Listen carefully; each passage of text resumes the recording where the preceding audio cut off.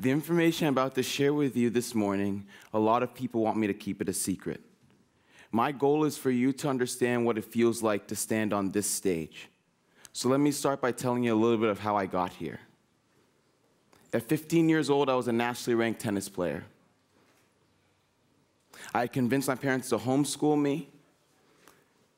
I was training 6 hours a day, and I was traveling all across the country playing tournaments. But privately, I was struggling with my schoolwork and wrestling with depression. It happened because I wasn't getting the results that I wanted on the tennis court. And quite frankly, the only person I felt that was happy to see me every single day was an 8-year-old kid at my tennis club. The only area of my life that mattered to me sucked. So I decided, you know what, I'm going to rebrand myself. I'm going to try and become smart. And all I knew at that point was that smart people read. But here I was, this dyslexic kid that hated reading. So obviously that wasn't going to work. So I had to come up with some way to hack learning. My thought process was, if I listened to what smart people had to say, then I had to become smart. And that is when TED entered my life. I remember listening to TED Talks day after day after day after day. But the thing is, even after a year of literally sleeping with TED, even that starts to become pointless. I was still searching to connect with people on a real level, but to also do something. Let me tell you the truth. No matter how smart you are, if it is just you listening to your computer at home, it's futile.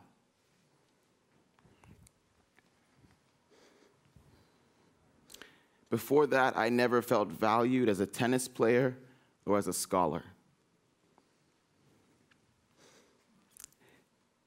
And by valued, I mean knowing that what I had to say mattered. But then my school gave me the opportunity to speak at their donor banquet. It was the fact that they gave me, the kid that didn't have the highest GPA, and the same kid that wasn't the most popular, a literal platform to share something. And at that very moment, the image that I had of myself changed. No longer was I the lonely dyslexic kid. I became the kid who what he had to say mattered. And that gave me faith. And with that faith, I ended up applying to an Ivy League university that was way outside my league before I ended up getting in. And with that same faith, I've taken a year off and deferred school to start a company which has employees, and we've already raised money. That has led me to believe that one of the biggest problems in our society is the fact that it teaches us to be amazing members of an audience, but it does not empower us to be the actors.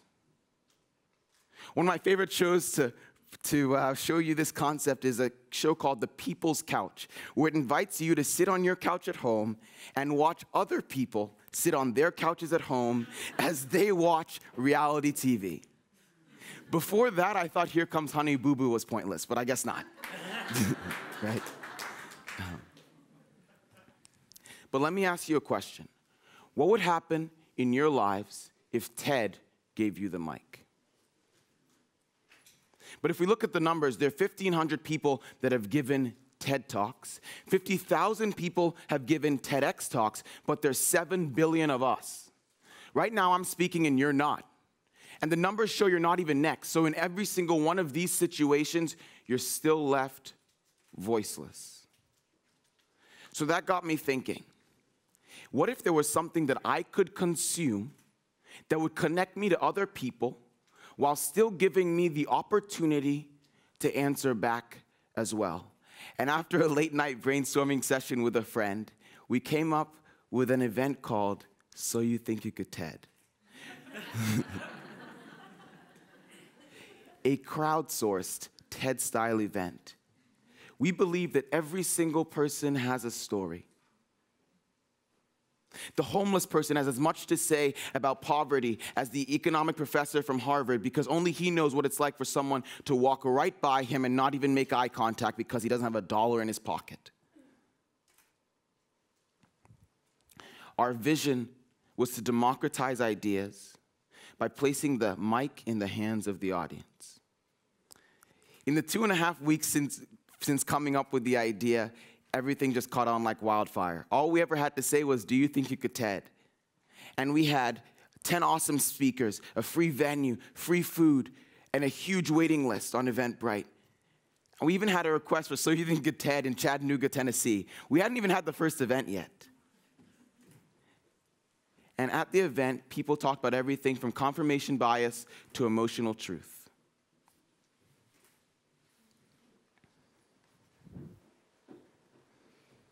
The room was filled with people from all different generations. But the most interesting thing to me was the fact that half of the room was filled with college students. College students on a Saturday night, the worst possible day for an event, between 7 and 9 p.m. at night, were choosing to create, choosing to share, but most importantly, choosing to be heard.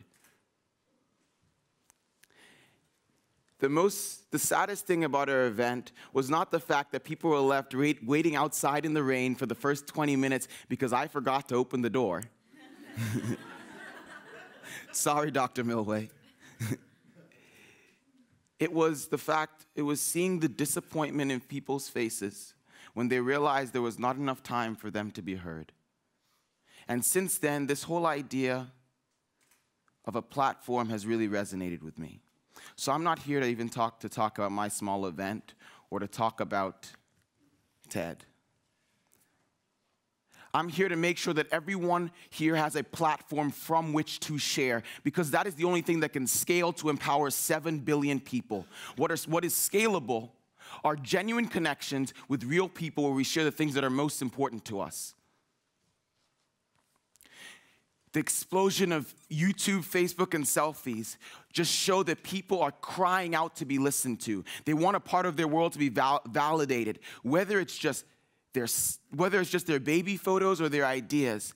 Sometimes the best thing we can do in these situations is just shut up and listen.